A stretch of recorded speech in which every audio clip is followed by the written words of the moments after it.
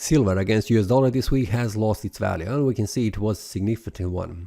We can see the week started with this indecision candle with a wick on the upper side, larger wick on the lower side, and only on a Tuesday the price has formed a strong bearish breakout. It is a bearish breakout indicating further decline in value, and we can see in the next 3 days the price has gone all the way back down, all the way to 29.76, and it has formed this bearish breakout.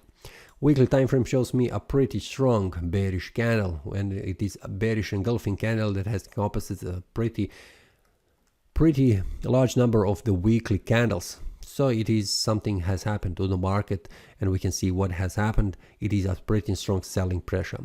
The monthly time frame, and we can see the previous month has closed as a bullish, which is indication of the further rise in value, but we can see this month has started with a pretty strong bearish momentum. How the month will close? Well, this is something that will be interesting to see how the rest of the month will do, because the next target, what you can see here, where the price currently is for the monthly, it is to reach this area around 28.87, very close to this area of support. So for the weekly, I'm also expecting that the price will drop down in value, trying to reach this area of support.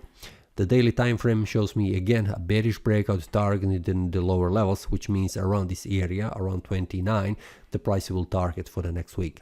So for the silver, currently I am open to see the price even further going down because of this strong bearish momentum that has been formed on the market. So for now, when the price reaches this area of support, I will see what happens. And if you would like to receive these updates during the week, what happens after the price reaches, and is there any kind of bullish or bearish breakout on the lower time frames, feel free to check the premium analysis. The link will be below in the description. That's all for this week. See you next time and happy trading. That is all from today's analysis. I hope you enjoyed. If you have any question, feel free to leave a comment. If you like the analysis, click the like button and subscribe. See you next time and a happy trading.